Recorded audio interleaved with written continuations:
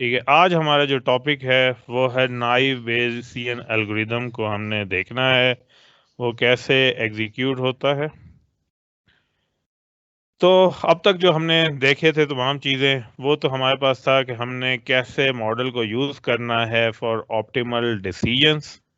अब machine learning के main task हम कर रहे हैं जिसमें हमारे पास है कि हमने डाटा में से मॉडल को जो है वो एक्वायर करना है। उनमें से तीन चीजें हमने बेसिकली देखनी है कि हमने उनके पैरामीटर्स किस तरह लर्न करने हैं, उसका स्ट्रक्चर देखना है, और उसमें अगर मजीद कोई हिडन कॉन्सेप्ट्स हों तो उनको आगे देखेंगे। तो मेन जो हम स्टार्ट कर रहे हैं वो नाइव बेजियन के साथ कर रहे हैं। नाइव बेजियन हमारे पास किस टाइप में आ जाते हैं क्लासिफिकेशन में। हमने पहले भी डिस्कस किया हुआ था कि क्लासिफिकेशन हमारे पास क्या है, सुपरवाइज लर्निंग टेक्निक्स हैं। सुपरवाइज लर्निंग टेक्निक्स में क्या होता है कि हमारे पास डाटा सेट पहले से गिवन होता है। उस डाटा सेट पे लेबल्स या क्लासेस जो हैं वो ऑलरेडी गिवन होंगी। उन क्लासेस बेस पे हमने लर्न करना है कि हमने मुख्तलिफ क्लासेस के अंदर नए डाटा को कैसे डिफरेंशिएट करके अटैच कर सकते हैं।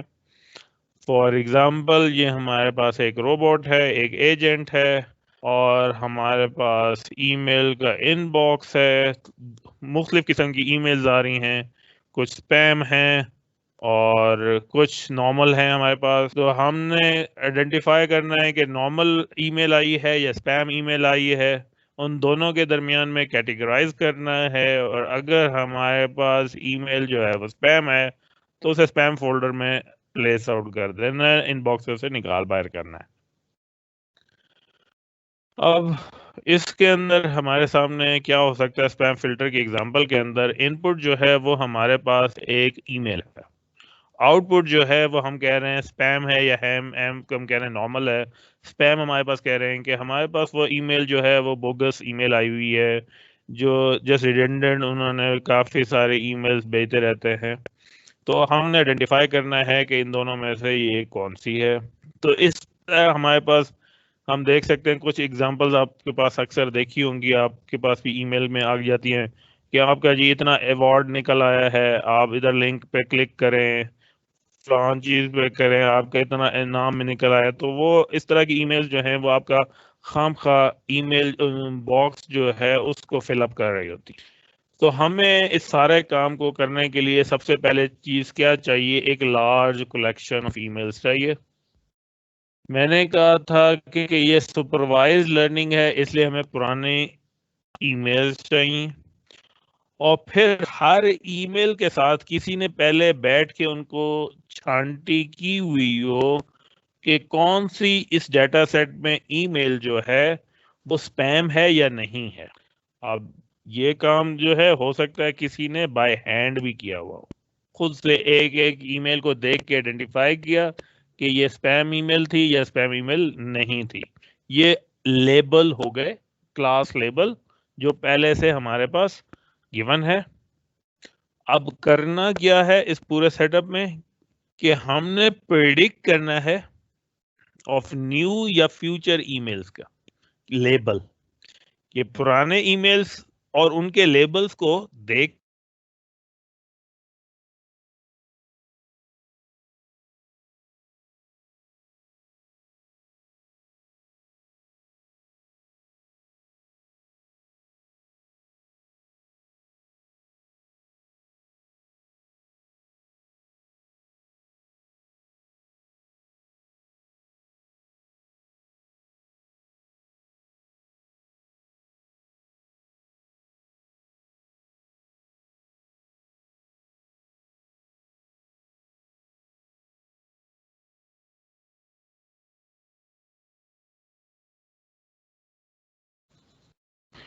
हम डिस्कनेक्ट हुए थे इस स्पैम फिल्टर वाली एग्जांपल के पेज के ऊपर। तो हम यहाँ पे कह रहे थे कि हमारे पास क्या है इस पूरे सेटअप के अंदर कि इनपुट जो है वो हमारे पास एक नई ईमेल हो सकती है, और आउटपुट उसकी क्लास लेबल कि ये हमारे पास स्पैम ईमेल है या नॉन स्पैम ईमेल है हमारे पास मौजूद है। इस सेटअप को बनाने के लिए हमें क्या करना चाहिए, हमें क्योंकि सुपरवाइज लर्निंग है, हमें पहले से एक large collection of data set जो है वो चाहिए होगा, और उस डाटा सेट के अंदर हमें लेबल हर क्लास हर ईमेल के लिए चाहिए होंगे।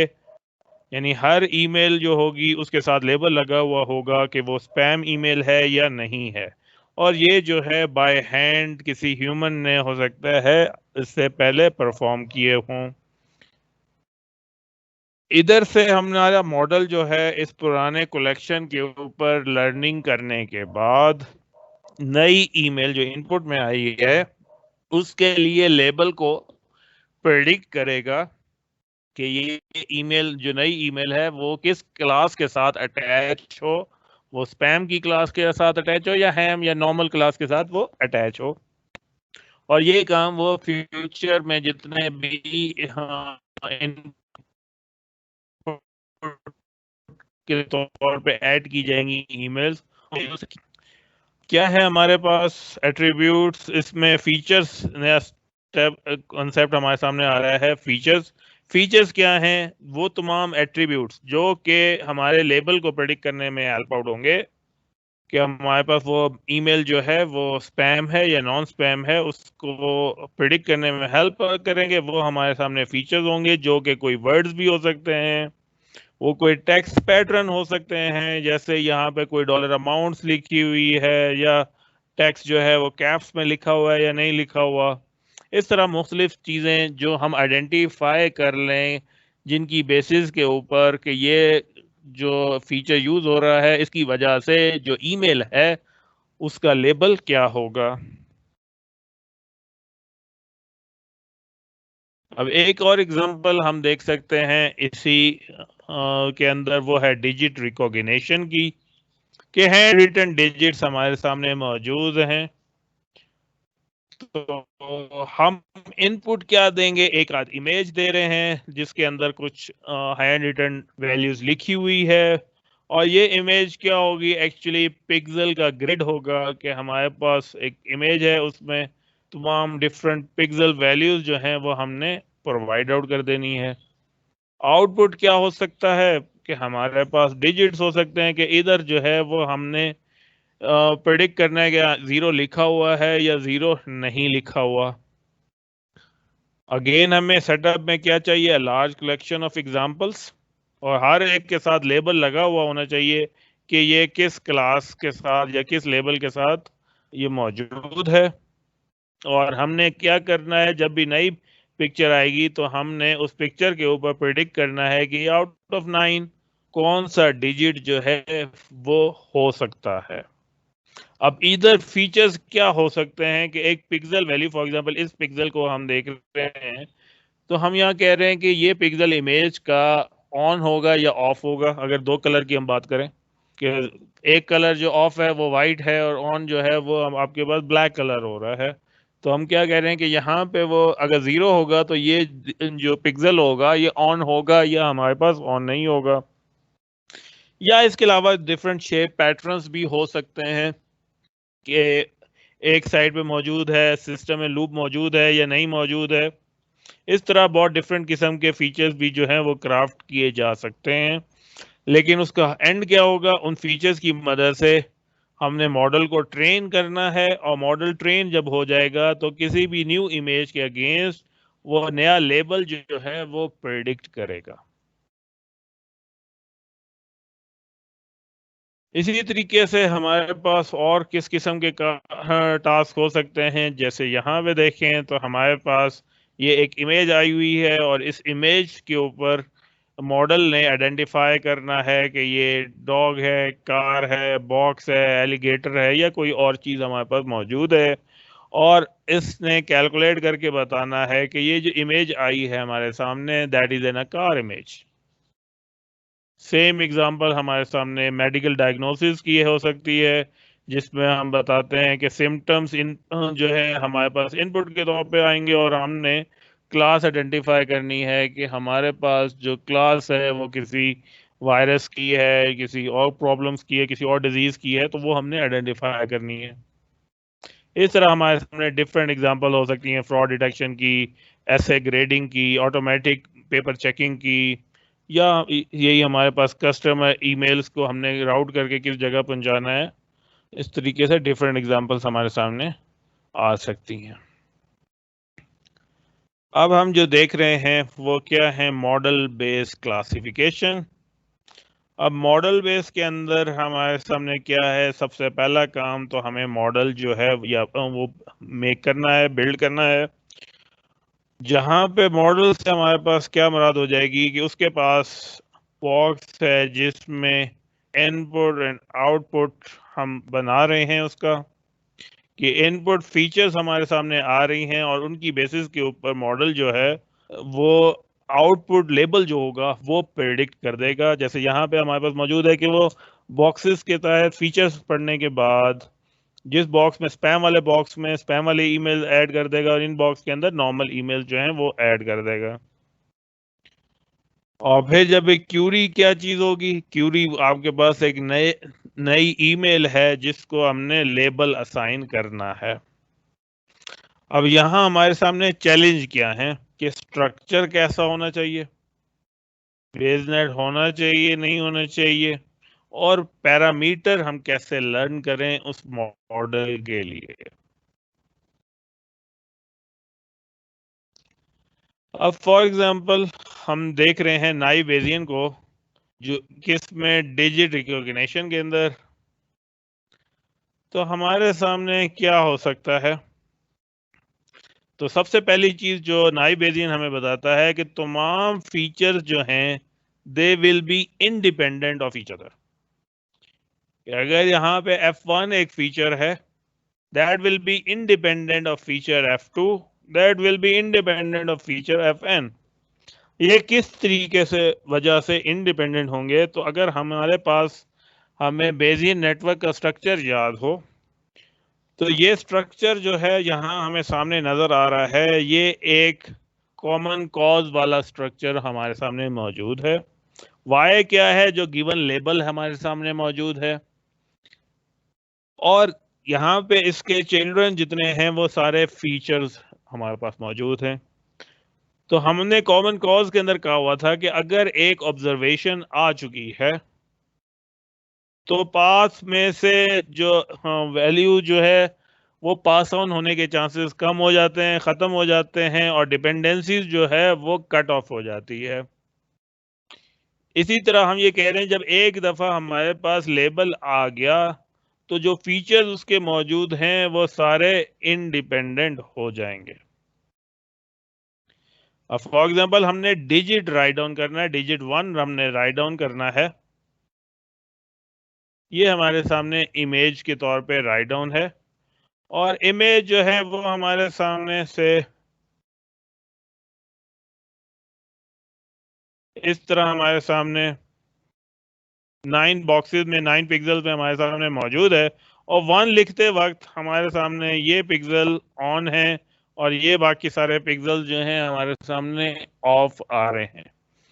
तो ये एक्चुअली हमारे पास क्या, अगर हम इनको नंबर देते हैं कि ये 1 2 3 4 5 6 7 8 9, तो हम ये कह रहे हैं कि अगर 1 होगा तो ये सारे इसके फीचर्स हैं, जो पिक्सल नंबर 1 2 3 P1 करके हम कह लेते हैं इसको। तो यहाँ पे P1 P2 टिल P9 तक जो पिक्सल हैं ये हमारे सामने इस डायग्राम में मौजूद हैं, और इसमें क्या होगा, P2 P5 और P8 जो हैं वो ऑन होंगे और बाकी सारे ऑफ होंगे।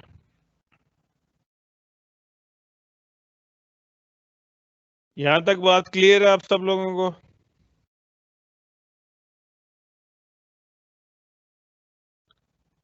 Yes sir. ठीक हो गया।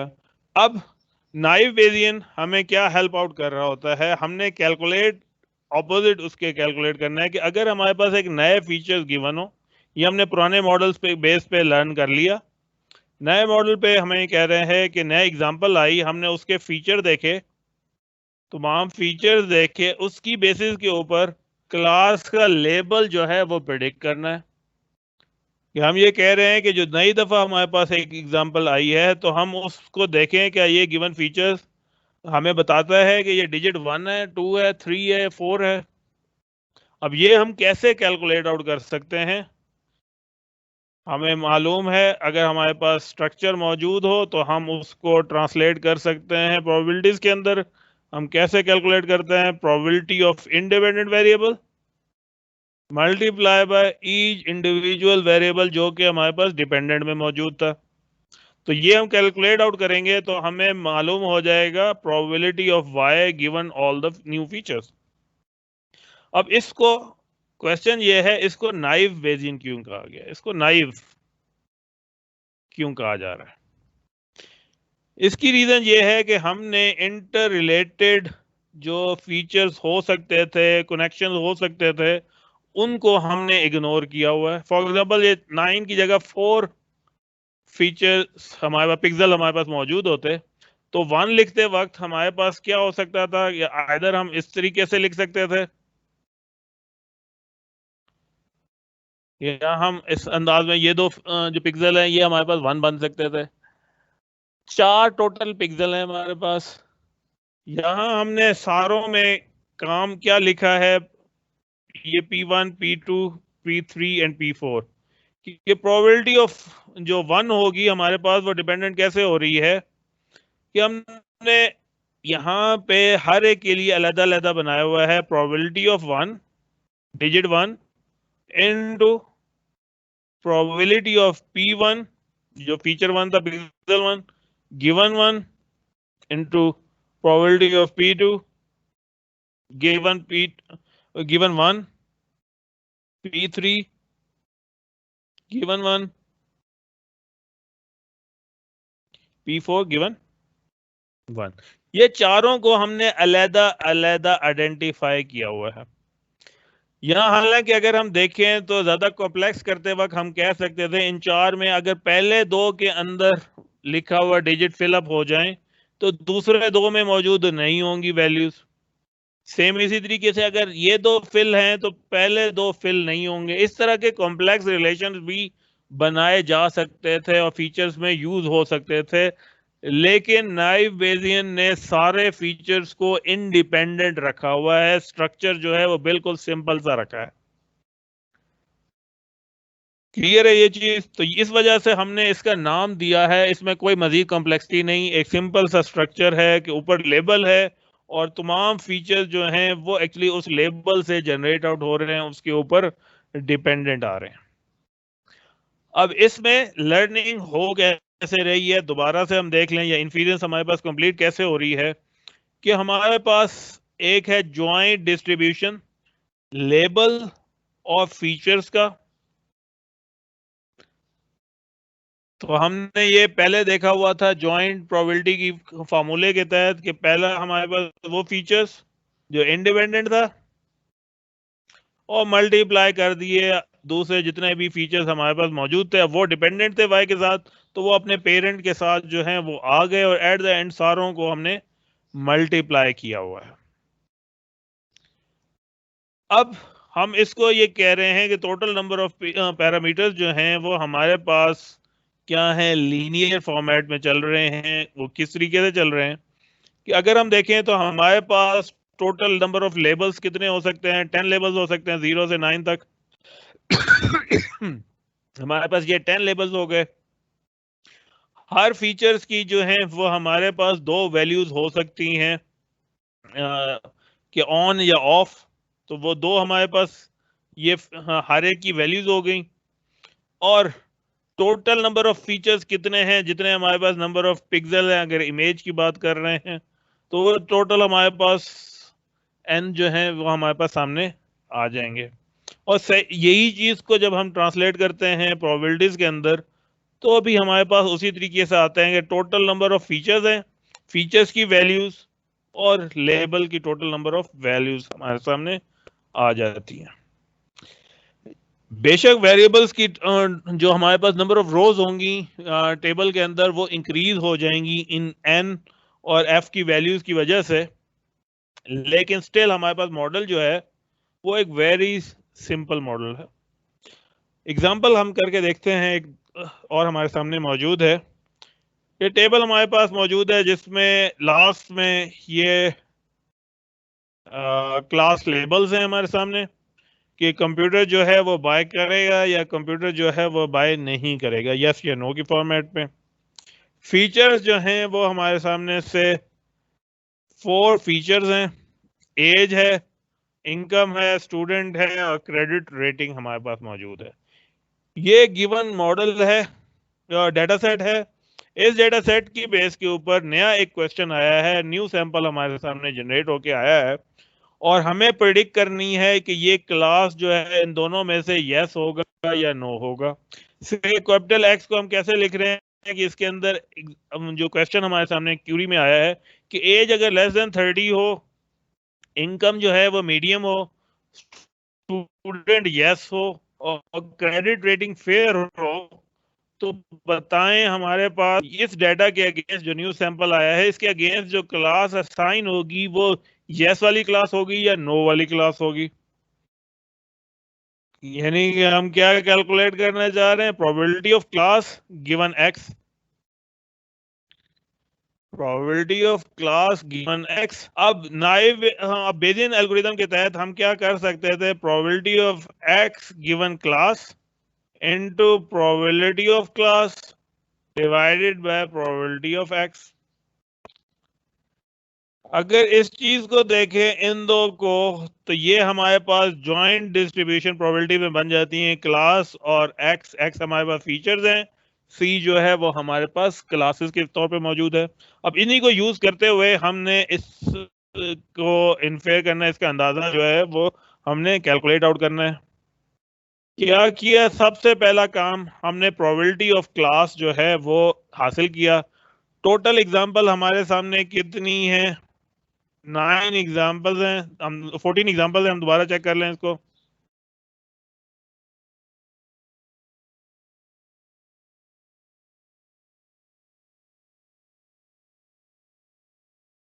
ये टोटल 14 एग्जाम्पल हैं।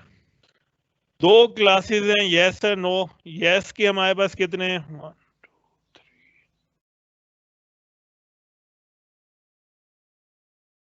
9 हमारे सामने यस हैं। तो हमने क्या किया, 9/14 हमारे पास यस का केस हो गया और रिमेनिंग 5/14 जो है वो हमारे पास नो का केस हो गया। ये हमारे पास प्रोबेबिलिटी ऑफ क्लासेस बन गई। दो क्लासेस थी तो हमने उनकी प्रोबेबिलिटीज सैंपल्स के थ्रू हासिल कर ली। अगला काम हमने कैलकुलेट करना था probability of x given class. तो वो हम कैसे कर सकते हैं, दोनों के उसमें ज्वाइंट में हम देख लें। अब फॉर एग्जांपल हमने सबसे पहले देखना है एज लेस देन 30 पे। एज लेस देन 30 जो है वो हमारे पास ये एग्जांपल्स मौजूद हैं।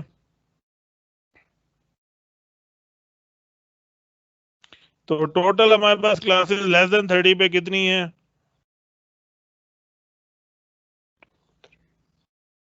5 हमारे पास क्लासेस हैं और इसमें हमने देखना है यस और नो इकट्ठे के साथ। तो यस हमारे पास इसमें कितने आ रहे हैं, 2 यस हैं, दोनों इकट्ठे। और नो में हम देखें 2 नो हैं और 3 नो हैं। और तो हमारे पास हमने कहा यस जो है वो 2 है हमारे पास। और यस टोटल कितने थे हमारे पास जो हमने यहाँ पे राइट डाउन किए हुए थे, टोटल हमारे पास से 9 यस थे। इनमें से 2 ऐसे थे जिनके साथ एज लेस देन 30 थी और 3 ऐसे थे जो हमारे पास ग्रेटर देन 30 थे लेकिन वो नो की क्लास के थे। तो नो के टोटल 5 जो थे वो हमने यहाँ पे राइट डाउन कर दिए। ये काम हो गया हमारे पास पहले वेरिएबल का, given the individual classes yes and no. फिर दूसरे वेरिएबल को हमने देखा। दूसरा वेरिएबल हमारे पास है इनकम का। इनकम हमारे पास मीडियम हमने मांगी है, जो हमारे पास न्यू सैंपल है। पुराने में हमारे पास हाई, मीडियम एंड लो मौजूद है। अब इधर हम देखें तो कितने हमारे पास मौजूद है।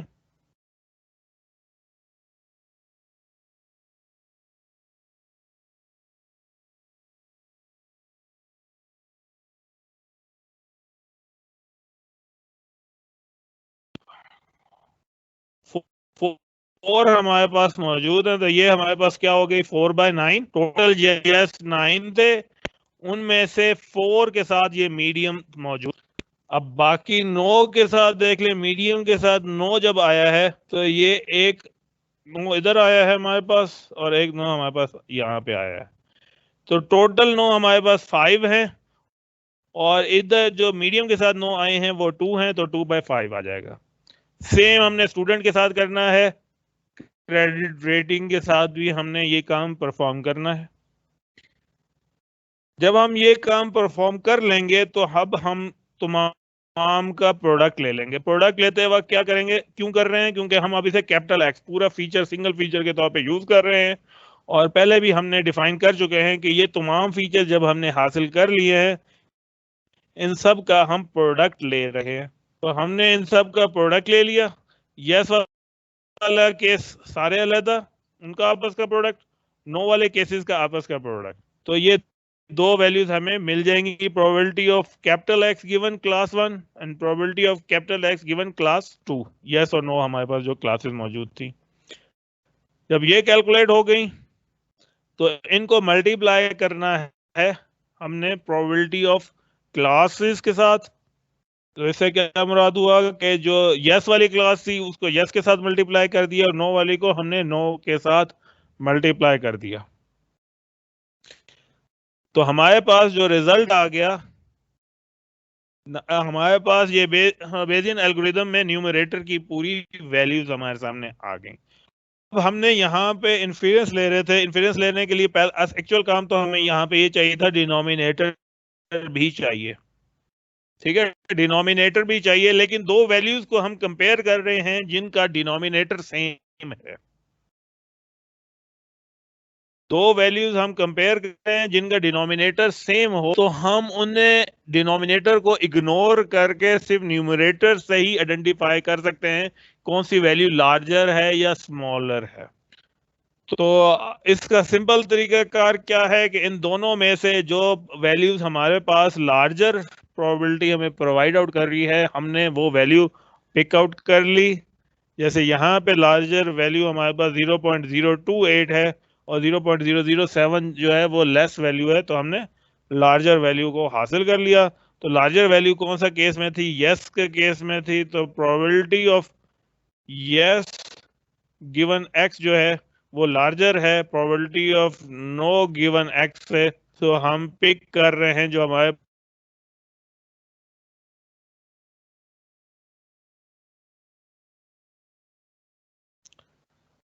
अब हो रही है स्क्रीन शेयर। Yes sir. तो हम ये कह रहे थे कि जब हमारे पास ये रिजल्ट सामने आ गया तो जिस क्लासेस की प्रोबेबिलिटी ज्यादा थी, जैसे यहाँ यस गिवन फीचर्स की वैल्यू हमारे पास ज्यादा आई है as compare to no given features, तो हमारा जो आंसर होगा जो हम पिक आउट कर रहे हैं, तो हम यही कहेंगे कि इस फीचर्स की वजह से जो फीचर्स होगा उसको जो क्लास असाइन की जाएगी वो हाईएस्ट प्रोबेबिलिटी यानी यस वाली क्लास असाइन हो जाएगी। तो जो हमारे पास नया सैंपल आया था, उस नए सैंपल की बेसिस के ऊपर जो क्लास हम असाइन कर रहे हैं, जो लेबल असाइन कर रहे हैं, वो हमारे पास यस वाली क्लास होगी। ये हमारे पास हो गया बेसिक नाइव बेजियन एल्गोरिदम। तो हम दोबारा देख लें कि इसके अंदर हमारे पास क्या हुआ सारा काम, कि हम एक्चुअली क्या कर रहे हैं, ज्वाइंट प्रोबेबिलिटी डिस्ट्रीब्यूशन जो है, ज्वाइंट प्रोबेबिलिटी जो है वो कैलकुलेट आउट कर रहे हैं आउट ऑफ द डाटा।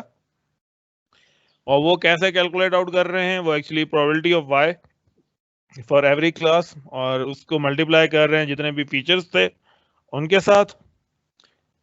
अब ये हमारे पास न्यूमरेटर में आ रहा था, डिनोमिनेटर में प्रोबेबिलिटी ऑफ एक्स यानी प्रोबेबिलिटी ऑफ ऑल फीचर्स हमने राइट डाउन करना था, वो हम सम करके भी ले सकते हैं, और नॉर्मली जो हम काम किया करते हैं कि हम इसको इग्नोर आउट कर दिया करते हैं। अगर सम लेके हम काम आउट करें तब भी हमारे पास रिजल्ट जो है वो उसी तरीके से हमारे साथ चलेंगे, नॉर्मलाइज हो जाएंगे सिर्फ। तो जब हमने सम लेके काम कर लिया तो फिर उसकी बेसिस के ऊपर हम कैलकुलेट आउट कर सकते हैं कि हमारे पास हर लेबल की होने की प्रोबेबिलिटी क्या चल रही है। तो हमने क्या किया, नाइव बेसियन को इस्तेमाल करने के लिए हमें क्या क्या चीज़ें की ज़रूरत है। हमें किन चीज़ों की ज़रूरत है कि सबसे पहले तो हमें probabilities of all the labels चाहिए। इसी तरीके से हमें कैलकुलेट आउट करना है probability of each feature given all the labels. जो अगर हमें ये मिल जाए तो फिर हमें स्टैंडर्ड जो है इन्फीरेंस ही कैलकुलेट करना है, probability of Y given f1 to fn, इन तमाम फीचर्स के अगेंस्ट हमने कैलकुलेट करना है। तो इस पे हमारे लिए कोई खास नई चीज़ सामने नहीं आ रही है, सिर्फ मल्टीप्लिकेशन जो है वो हमने सही तरीके से परफॉर्म आउट करनी है। अब नई चीज़ जो हम देखने यहाँ पे जा रहे हैं वो हमारे पास ये है कि हमारे पास ये नए पैरामीटर्स क्या हैं। तो ये जो हमारे सामने फीचर्स मौजूद थे, तो इनको कलेक्टिवली हम ये कह रहे हैं कि हमारे पास ये एक मॉडल के फीचर्स हैं, एक पैरामीटर्स हैं जो बता रहे हैं कि प्रोबेबिलिटीज की वैल्यूज क्या हमारे सामने आ रही हैं given for all the labels. और अब तक अभी जो हमने देखा है तो हम यही एज्यूम कर रहे हैं कि हम ये टेबल से बड़े आराम से हासिल कर सकते हैं, मैजिकली जो है वो हम हासिल कर सकते हैं। लेकिन हमने दूसरी एग्जांपल में हमने ये भी करके देख लिया कि हम अगर हमारे पास डाटा सेट मौजूद हो, सैंपल मौजूद हो, तो हम हासिल कर सकते हैं। अब हमारे सामने हम देखें तो अगर डिजिट 3 लिखा हुआ होता तो हमारे सामने ये किस तरीके से आ रहा होता कि ये तमाम पिक्सेल्स की वैल्यूज मौजूद हैं। इधर हमारे पास गिवन डिस्ट्रीब्यूशन मौजूद है प्रोबेबिलिटी ऑफ वाई कि इसमें ये डिजिट कौन सा होने के चांसेस हैं। और अगर किसी एक पिक्सल की हम बात करते हैं, जैसे यहाँ पे पिक्सल नंबर 0 से स्टार्ट हो गया 3 तक, 0 1 2 3 वाई वाले केस हो जाता, और हमारे पास इसी तरह एक्स एक्सिस पे 0 1 0 1 पे हम जा रहे थे। तो हाँ, पिक्सल 0 3 1 जो हमारे पास है, तो इसके ऑन होने के क्या चांसेस हैं गिवन वाई, उसकी प्रोबेबिलिटीज हमारे सामने यहाँ पे ये मौजूद हो गई। सेम किसी दूसरे फीचर्स यानी किसी दूसरे पिक्सल की वैल्यू के अगेंस्ट भी हम ये प्रोबेबिलिटीज वैल्यूज जो हैं वो हासिल कर सकते हैं। अब टेक्सचुअल पे हम बात करें, जो हमने जैसे स्पैम फिल्टर की बात की थी, तो स्पैम के अंदर हम क्या कर रहे हैं, हम बैग ऑफ वर्ड्स ले रहे हैं। बैग ऑफ वर्ड्स क्या है, collection of word that are occurring together. तो इसमें क्या हो सकते हैं फीचर्स, वो हमारे पास वर्ड्स हो सकते हैं एट पोजीशन आई, और हमने उन वर्ड्स की बेसिस के ऊपर लेबल जो है वो प्रेडिक्ट करना है। क्या लेबल हो सकते हैं, स्पैम है या हैम हमारे पास मौजूद है। और इस केस पे भी हमारे सामने क्या आ गए कि ज्वाइंट डिस्ट्रीब्यूशन आना है कि given all the given words, हमने उस टेक्स्ट का जो है वो लेबल जो है वो हासिल करना है। तो हमें चाहिए एक प्रोबेबिलिटी जो कि पूरे लेबल के होने की प्रोबेबिलिटी हमें आइडेंटिफाई करे, और इसी तरह हर उस लेबल के अगेंस्ट जो वर्ड अकर कर रहे हैं उनकी प्रोबेबिलिटी, कंडीशनल प्रोबेबिलिटीज चाहिए। फिर वो तमाम वर्ड्स की प्रोबेबिलिटीज जो हैं कंडीशनल प्रोबेबिलिटी, वो मल्टीप्लाई कर दें दोबारा प्रोबेबिलिटीज ऑफ द लेबल्स।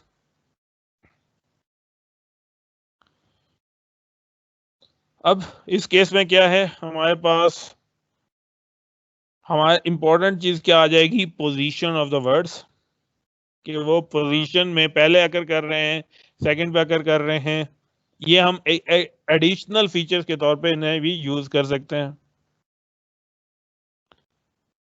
अब जैसे हम यहाँ पे देखें तो हमारे सामने क्या आ रहा है, फीचर्स पैरामीटर्स हमारे पास सामने क्या हैं, कि अगर हमें पहले से प्रोबेबिलिटीज मालूम है, प्रोबेबिलिटी ऑफ वाई यानी कि स्पैम होने की 33% है और हैम होने के 66% प्रोबेबिलिटी हमारे पास मौजूद है। और इसी तरीके से हमें हर वर्ड की जो है, जो तरतीब में हमारे पास आ रहे हैं, उनकी प्रोबेबिलिटीज हमारे पास मौजूद हों।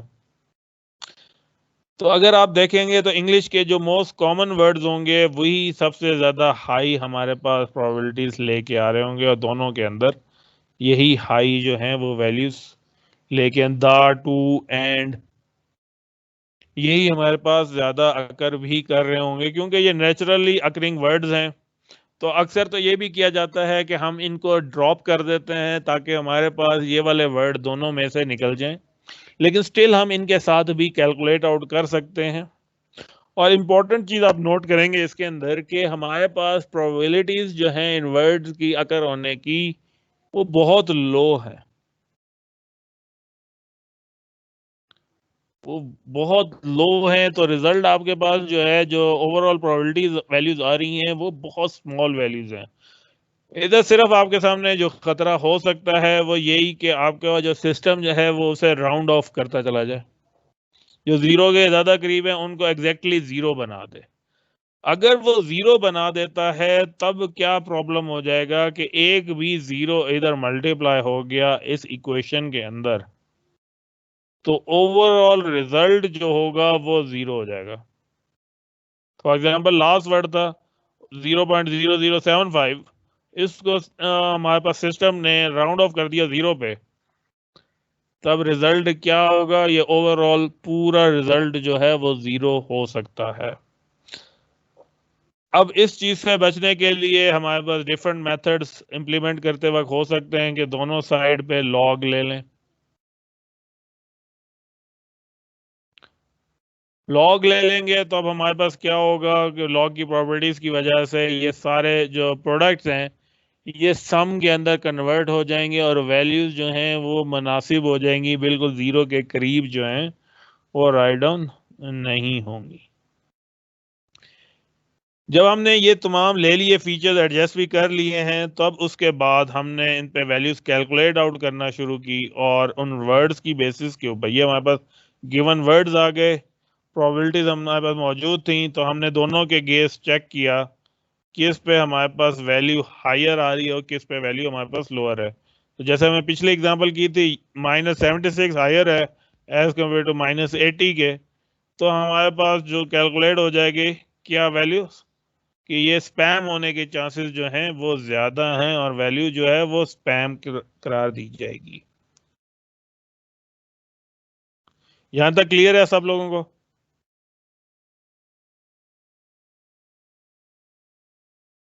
एनीवन? Yes sir. अब हम दोबारा से एक रिवीजन देख रहे हैं, ट्रेनिंग एंड टेस्टिंग के अंदर हम कैसे डिवाइड आउट कर रहे हैं। कोई भी हमारे पास मशीन लर्निंग का प्रॉब्लम हमारे सामने आए तो हमारे सामने सबसे पहला काम क्या आ जाता है कि हमने रिस्क जो है उसको मिनिमाइज करना है। रिस्क मिनिमाइजेशन क्या मतलब होगा कि हम उसके रिजल्ट में एरर होने की चांसेस को कम से कम करना चाह रहे हैं।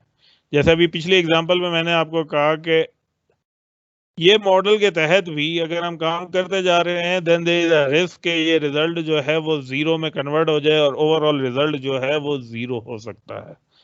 और उसके लिए एग्जांपल सिंपल कहा कि हम लॉग ले लें इंस्टेड के दूसरा काम करें, तो ये भी एक तरीके से हमने रिस्क को मिनिमाइज करने की कोशिश की है कि ओवरऑल रिजल्ट जो है वो खामखा में हमारे पास रिजल्ट जो है वो जीरो ना हो जाए। इसी तरह के काम को हम कहते हैं कि हमारे पास ये क्या है, रिस्क मिनिमाइजेशन का हिस्सा बन जाते हैं।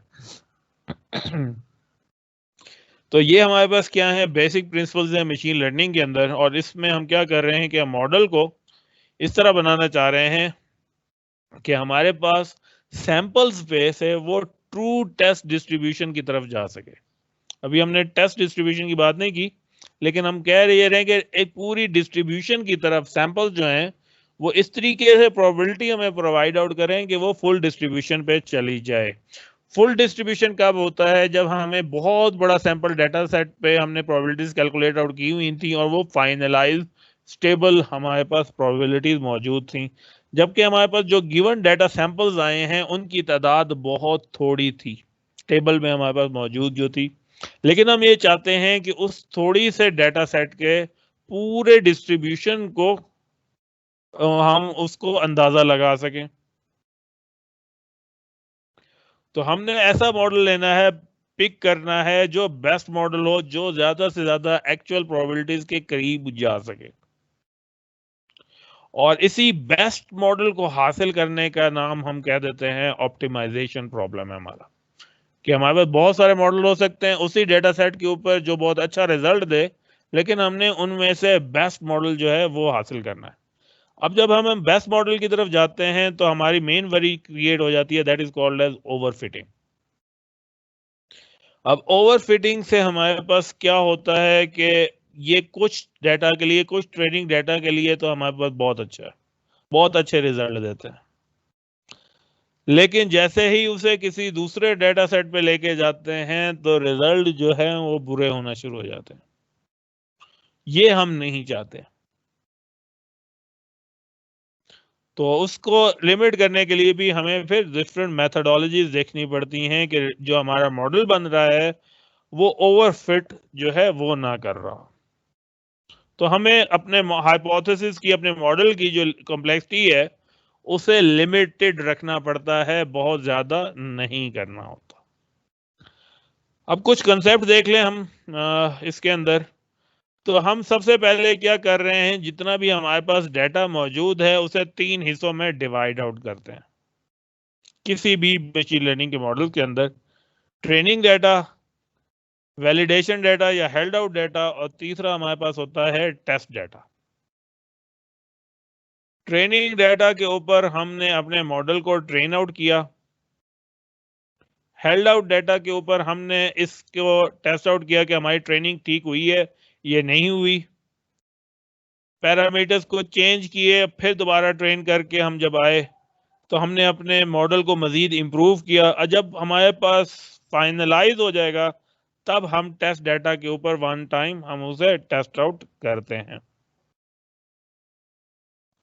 अब ये जो काम हमने करना है ये मुख्तलिफ साइकिल्स के अंदर जाएंगे, हम इसी बार बार कर रहे हैं। एक दफा ट्रेन किया, देखा हमारे पास रिजल्ट हेल्ड आउट डेटा पे अच्छा आया नहीं आया, पैरामीटर्स को अब यहाँ पे हम नाम दे रहे हैं हाइपर पैरामीटर्स को हम ट्रेन आउट करेंगे, और फिर उसकी बेसिस के ऊपर दोबारा ट्रेनिंग करके मॉडल को अपडेट करने की कोशिश करेंगे। और जब ये सारा एडजस्ट हो चुका होगा, बेस्ट मॉडल हमें हासिल हो चुका होगा इन तमाम हाइपर पैरामीटर की ट्रेनिंग के बाद, तब हम टेस्ट डेटा के ऊपर यूज करेंगे।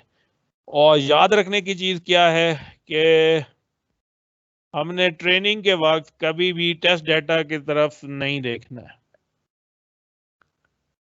टेस्ट डेटा और ट्रेनिंग डेटा के दरमियान में रिलेशनशिप नहीं होना चाहिए, क्योंकि अगर तो मौजूद है तो एक्चुअली आप ट्रेनिंग डेटा के ऊपर ही टेस्ट आउट कर रहे हैं।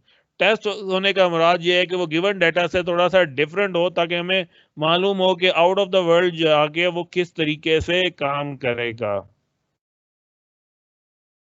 एक्यूरेसी मेजर्स हम पहले देख चुके हैं, फिर हमें कंफ्यूजन मैट्रिक्स बनाना पड़ता है। कंफ्यूजन मैट्रिक्स बनाने के बाद हम उस पे से एल्गोरिदम की एक्यूरेसी जो है, प्रिसीजन रिकॉल या एफ मेजर्स जो हैं वो भी कैलकुलेट कर सकते हैं। अब ओवरफिटिंग क्या था हमारे पास, कि हमारे पास डेटा को हमने ट्रेन करके रिजल्ट निकाला, तो हमारे पास जो ओरिजिनल हेल्ड आउट डेटा और जो इनिशियल डेटा सेट थे उस पे बहुत अच्छा रिजल्ट हमारे सामने आ रहा था, लेकिन बाहर जाके हम उसे रिजल्ट टेस्ट आउट करते हैं तो रिजल्ट जो है वो हमारे पास अच्छा नहीं आता। तो इसके लिए फिर हमें दोबारा से ओवरफिटिंग को इन्वेस्टिगेट करना पड़ेगा, क्यों ऐसा हो रहा है और उसको हम खत्म कैसे कर सकते हैं। अब ये देखिए हमारे सामने ये कुछ सैंपल डाटा हमारे सामने मौजूद है। एक्स हमारे पास इनपुट्स हैं और वाई जो है वो हमारे पास आउटपुट है। मॉडल का काम क्या था, एक सिंपल मॉडल हो सकता था y equal to M X plus C, line की इक्वेशन हम जनरेट आउट कर दें, एक स्ट्रेट लाइन जनरेट आउट करें जिसपे ये ज्यादा से ज्यादा जो है इसके ऊपर लाई आउट कर जाए, बिल्कुल सिंपल तरीन मॉडल। दूसरा मॉडल क्या हो सकता था, हम उसको स्क्वायर पे लेके चले जाएं, क्वाड्रेटिक पे लेते चले जाएं, बी एक्स प्लस सी, डिग्री जो है वो पॉलिनोमियल की वो हम इंक्रीज कर दें, तो क्या हुआ, वो एक कर्व जो है वो हमारे सामने आ जाएगा और बहुत ज्यादा मॉडल उसके ऊपर डेटा पॉइंट जो है उस मॉडल के ऊपर फिट होना शुरू हो जाएंगे। इसके मुकाबले में हम मजीद कॉम्प्लेक्स करते जाएं, वैल्यू डिग्री बढ़ाते चले जाएं, तो इवन डिग्री 15 तक जाके अगर आप मॉडल देखें तो आपके पास क्या बन रहा है तमाम के तमाम पॉइंट्स जो है वो इस मॉडल के ऊपर लाए करना शुरू हो गए।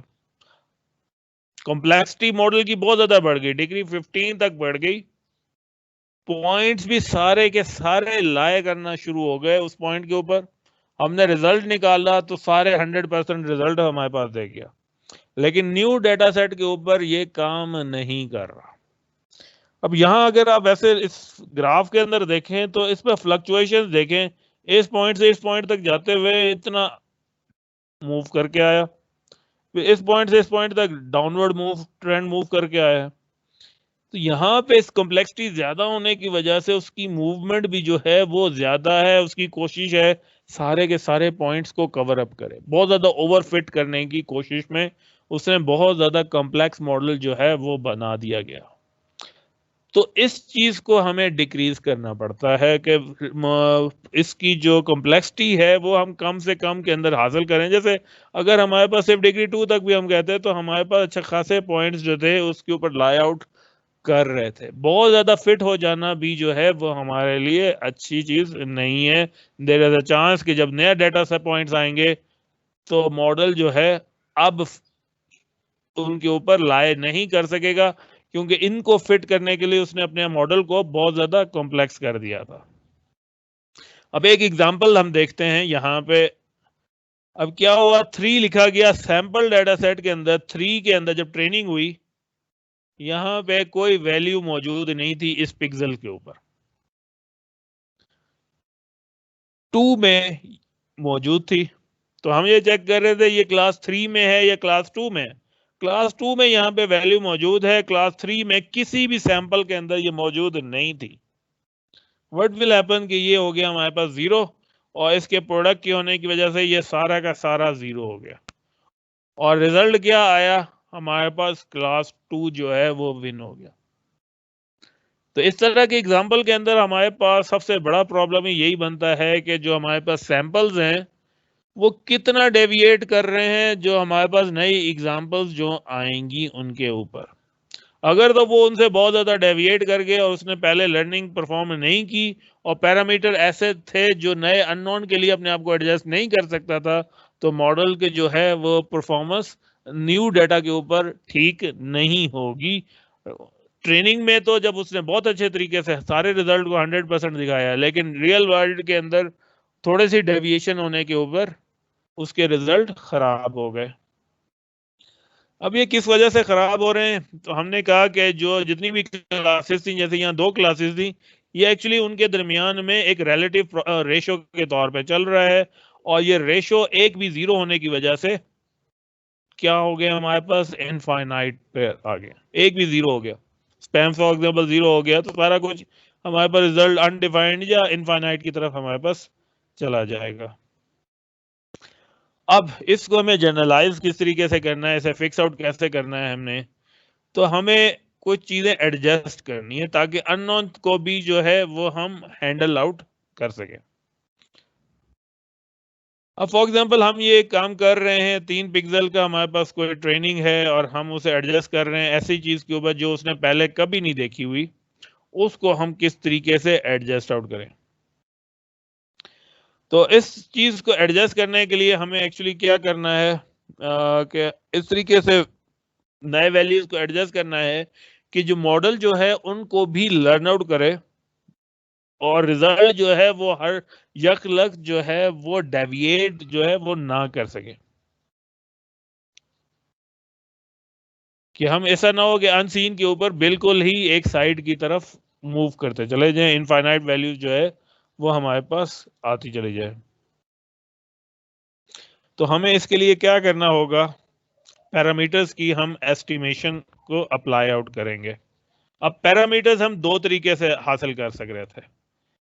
एक हमारे पास मेन ये था कि डिस्ट्रीब्यूशन टेबल ओरिजिनली गिवन हो, हमें पूरी डिस्ट्रीब्यूशन पता है कि रियल वर्ल्ड के अंदर स्पैम्स कितने होते हैं और नॉर्मल ईमेल्स कितनी होती हैं, वो रेशो मालूम हो तो हम कैलकुलेट कर सकते हैं।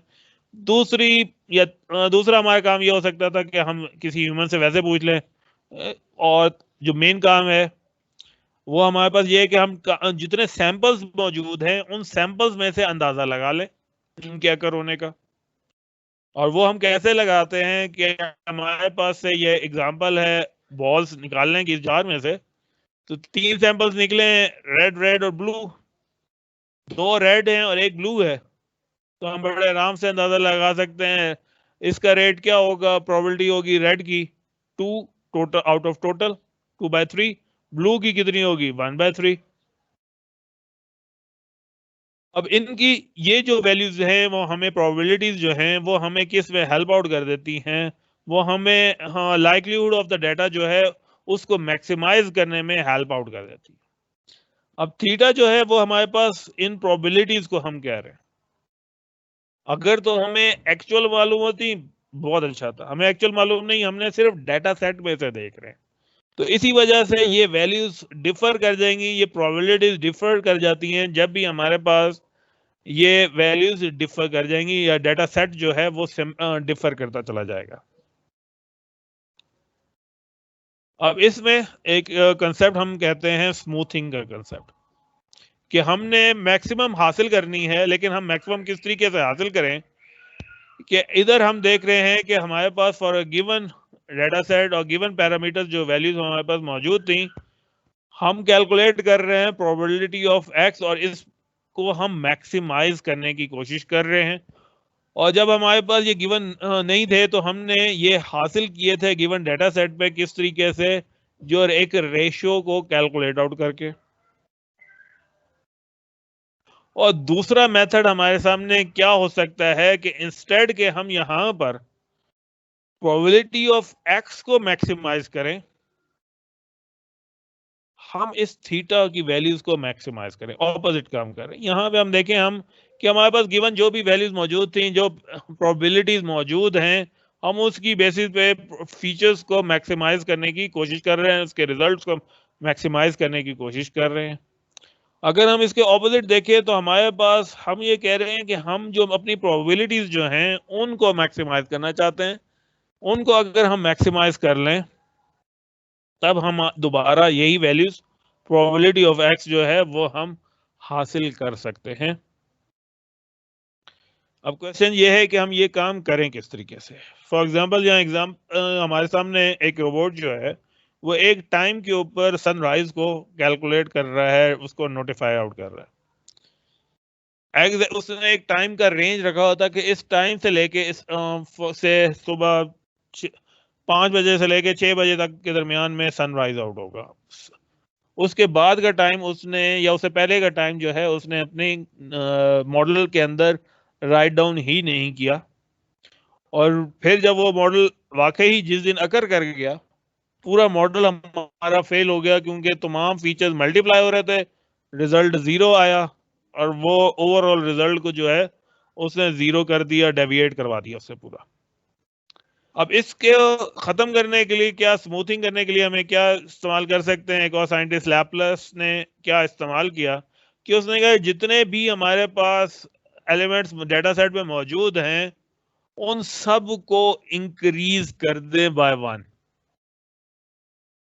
कि हमारे पास यहाँ पे हर एक को हम ऐड करते चले जाएं। जैसे यहाँ रेड बॉल्स हमारे पास मौजूद हैं तो एक रेड बॉल के ऐड कर दें, एक ब्लू है तो एक ब्लू बॉल ऐड कर दें। जब हमने ये कहा कि रेड ब्लू के साथ एक ग्रीन भी हो सकती थी तो ये इसको वैल्यू हमारे पास एक और ऐड हो जाएगी, क्योंकि अगर हमने ग्रीन की प्रोबेबिलिटी लेने की कोशिश की और ग्रीन बॉल आ गई हमारे पास मॉडल में मौजूद नहीं थी तो वो सारा 0 हो गया था। हमने खुद से एक ग्रीन बॉल डाली है यहाँ पे जो एक्चुअल डाटा सेट में मौजूद नहीं थी, लेकिन हमें मालूम है ये अगर हो सकती है, तो हमें ब्लू में भी एक ऐड करनी पड़ी और इसी तरीके से रेड में भी हमें एक ऐड करनी पड़ी। और इस मेथड के तहत उसने एडजस्ट किया है कि इनकी रेशियोज भी खराब ना हो और ये जो अननोन इवेंट जो हमारे पास अगर हो सकता था वो भी एडजस्ट हो जाए। तो क्या हुआ, उसकी भी हर एक वैल्यूज के ऐड हुआ, रेड भी ऐड हुआ और फिर बाकी क्लासेस के साथ हर एक ऐड होता चला जाएगा। ये बात आप लोगों को समझ आई है या नहीं समझ आई?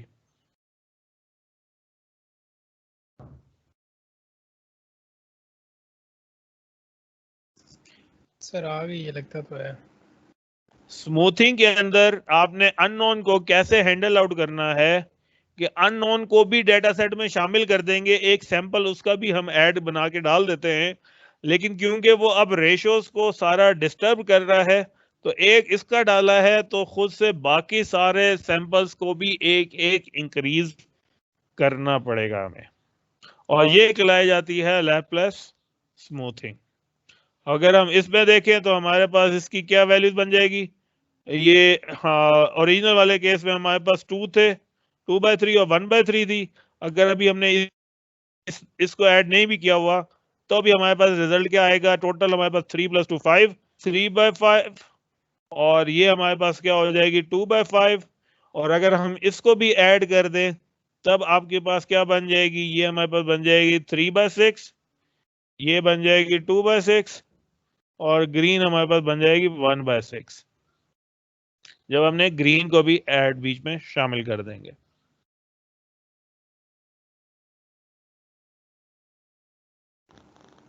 सर काफी नहीं होगा आज के लिए इतना? ये बस अब खत्म करने वाला हूं। अब यहाँ पे हमारे पास पैरामीटर्स क्या क्या आ सकते हैं, इसको एक्सटेंड हम किस तरीके से कर सकते हैं। यहाँ अभी हमने सिंपल एक की पहले बात की थी, ये हमने यहाँ पे 1 की बात कर रहे हैं। अब ये एडिशन जो है वो टोटल के पैरामीटर के तहत भी हो सकती है। अगर तो हमारे पास के पैरामीटर जो है वो 0 हो तो ये हम विदाउट स्मूथिंग हमारे पास जैसे पहले मौजूद था उसी तरीके से आएगा, और जितने हमारे पास के की वैल्यू इंक्रीज होती जाएगी तो हमारे पास इस पे बिलीफ जो है वो बढ़ते चले जाएंगे। क्या +1 होता जा रहा है। अब देखें 100 के ऊपर जो वैल्यू है, अभी ग्रीन ऐड नहीं किया हुआ, 100 ऐड किया तो 102 और डिवाइडेड बाय 203 हो चुका, और ब्लू जो है वो 101 और टोटल 200 बाय 203 जो है ये हमारे पास रिजल्ट आ जाएगा, और ये हमारे पास लैप्लेस स्मूथिंग आ जाएगी। अब रिजल्ट क्या करना होता है, हमने डिफरेंट वैल्यूज के ऊपर हम चेक कर सकते हैं किस पे हमारे पास टोटल रिजल्ट जो है वो हाईएस्ट आ रहा है। इसी तरह लैप्लेस के अलावा हम लीनियर इंटरपोलेशन के तहत भी हम कैलकुलेट आउट कर सकते हैं। उस केस में हमारे पास पैरामीटर जो है वो अल्फा बन जाएगा कि एक साइड पे हम अल्फा के साथ मल्टीप्लाई करें, probability of x given y multiply by यहाँ प्लस कर रहे हैं यहाँ पे addition 1 - alpha into probability of x, और इधर हमारे पास पैरामीटर जो है वो क्या बन जाता है अल्फा। अब ये पैरामीटर्स हमें यूज करने की क्यों जरूरत पड़ रही है, क्योंकि हमारे पास डाटा सेट जो है वो ओरिजिनल डिस्ट्रीब्यूशन को रिप्रेजेंट नहीं कर रहा। हमने टारगेट ये करना है जो हमारे पास गिवन सैंपल है उससे जो प्रोबेबिलिटीज निकले वो ओरिजिनल डिस्ट्रीब्यूशन के करीब तरीन हों। ठीक हो गया, तो अब हमने फिर जिसके तहत हमारे पास रिजल्ट आएगा हम उसे यूज करेंगे। अब इन मॉडिफिकेशन की वजह से इसके अल्फा इन वगैरह की वजह से हमने यहाँ पे इनफाइनाइट होने से या अनडिफाइंड होने से इन रेशो को बचा लिया, और इनको बचाने की वजह से हमारे पास रिजल्ट जो है वो यकलग 0 नहीं होगा, और रिजल्ट जो है वो हमारे पास खराब नहीं आएंगे। अब इन्हीं चीजों को हम कहते हैं ट्यूनिंग के अंदर भी कि इन पैरामीटर, क्योंकि ये पैरामीटर एक्चुअल मॉडल के हिस्से के नहीं थे, ओरिजिनल मॉडल में सिर्फ ये 2 पोर्शन थे, लेकिन हमने ये नए 2 पैरामीटर मॉडल बनाए ताकि वो इनको एडजस्ट करें। इनका नाम हमने क्या दिया, हाइपर पैरामीटर, और इधर हम कह रहे हैं कि हमारा टारगेट क्या है, इन हाइपर पैरामीटर को ट्यून करके ज्यादा से ज्यादा एक्यूरेट रिजल्ट जो है वो हासिल आउट करें। तो हम क्या कर रहे हैं, लर्न कर रहे हैं पैरामीटर्स, फिर ट्यून कर रहे हैं हाइपर पैरामीटर्स ताकि हमारे पैरामीटर्स की वजह से रिजल्ट अच्छे आए, और उनके ऊपर हम ट्रेन और टेस्ट करते हैं हेल्ड आउट डेटा सेट के ऊपर, और फाइनल में हम टेस्ट करते हैं अपना जो टेस्ट वाला पोर्शन हमने अलहदा करके राइट डाउन किया हुआ था। और फीचर्स आखिर में टारगेट वही था कि हमारे पास एरर्स जो हैं वो हम कम से कम करें, हमारे एरर्स जो हैं फीचर्स ऐसे बनाएं वो फीचर्स यूज करें जिससे हमारे पास रिजल्ट में एरर्स जो हैं वो कम से कम हमारे सामने आते चले जाएं। तो हर मॉडल को जब कंपेयर कर रहे होते हैं तो कुछ हमें बेसलाइन मॉडल भी चाहिए होते हैं। बेसलाइन मॉडल हमारे पास कौन से हैं जो सिंपल तरीन मॉडल के तौर पे यूज हो जाएं, और अक्सर हम अपने जब रिसर्च कर रहे होते हैं तो नाइव बेसियन को ही हम स्ट्रॉ मॉडल या बेसलाइन मॉडल के तौर पे यूज कर लेते हैं। और यहाँ टारगेट क्या होता है कि हमें मालूम हो जाए कि हम उससे कितना अच्छा रिजल्ट जो है, हाउ हार्ड जो है वो फाइंड आउट कर रहे हैं, उससे कितना अच्छा इम्प्रूव जो है बेसलाइन से हम इम्प्रूव कर चुके हैं। ठीक है, तो ये हमारे पास नाइव बेसियन जो है वो हमारे पास मेन क्लासिफायर बन गया।